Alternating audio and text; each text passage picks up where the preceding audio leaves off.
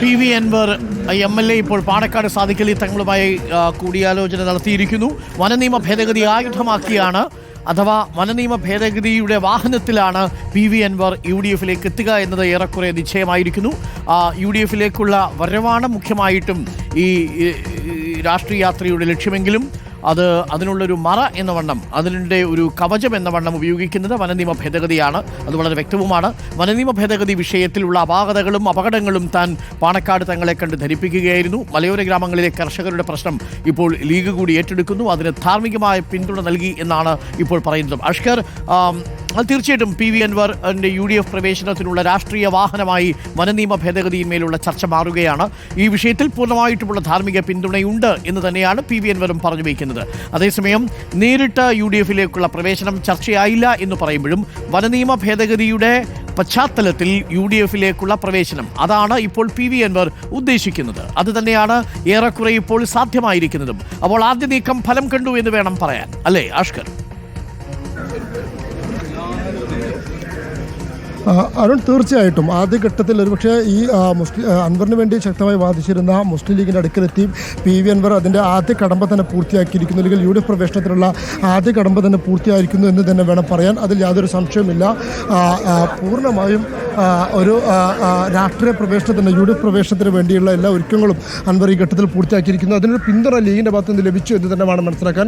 അല്ലെങ്കിൽ 15 മിനിറ്റിൽ താഴെ മാത്രമാണ് സാദിഖൽ തങ്ങളും PV അൻവറും തമ്മിൽ കൂടിക്കാഴ്ച നടത്തിയതെങ്കിലും അതിനുശേഷം പുറത്തേക്ക് ഇറങ്ങി ആദ്യ പ്രതികരണം നടത്തിയത് സാദിഖൽ തങ്ങളായിരുന്നു.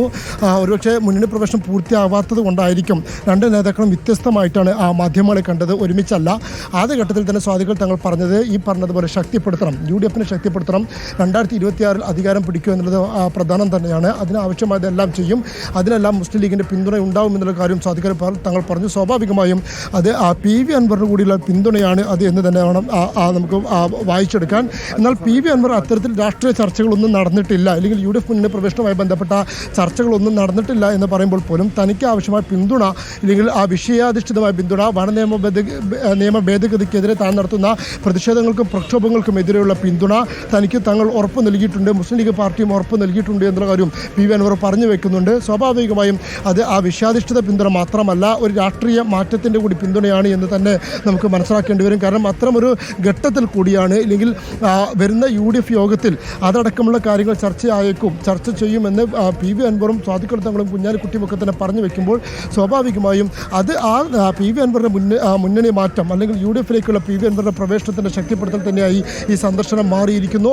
ഇനി പാണക്കാട് സാദിഖൽ തങ്ങളുടെ സന്ദർശനം പൂർത്തിയാക്കിയ PV അൻവർ ഇവിടെ നിന്നും മടങ്ങുകയാണ്. വിവരങ്ങൾ നൽകിയത്. അപ്പുറത്ത് PK കുഞ്ഞാലിക്കുട്ടി ഉണ്ടെന്ന് തോന്നുന്നു അല്ലേ? എനിക്ക് തോന്നുന്നു ഇപ്പോൾ പോയിരിക്കുന്നത് PK കുഞ്ഞാലിക്കുട്ടിയെ കാണാനാണ്.